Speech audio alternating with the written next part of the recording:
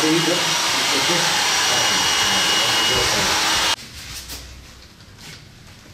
Tadı biraz sıkıntı.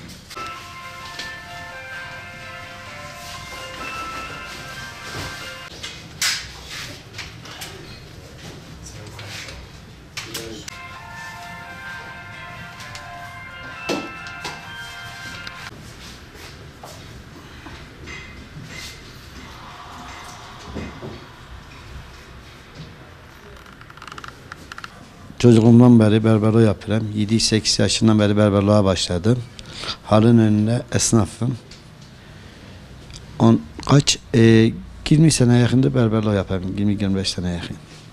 Var, Bitlis'te ustalarımız var. Büyük ustalarımız vardı önceden.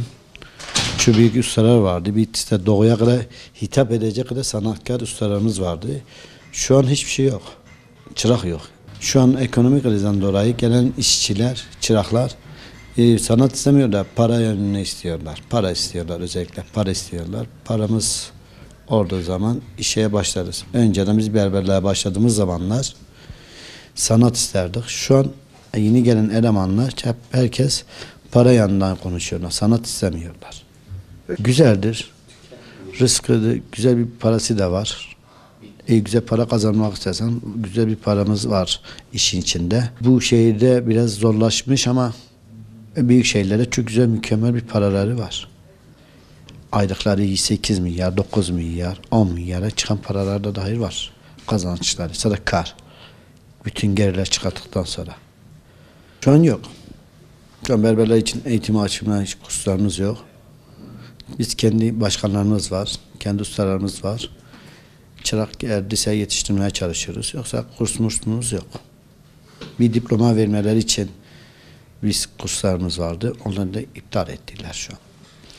Eski zamanında 1 sene ya da 2 senedi. Şu anki yeni şeylerde 6 ay, 7 ay içinde usta arıyorlar.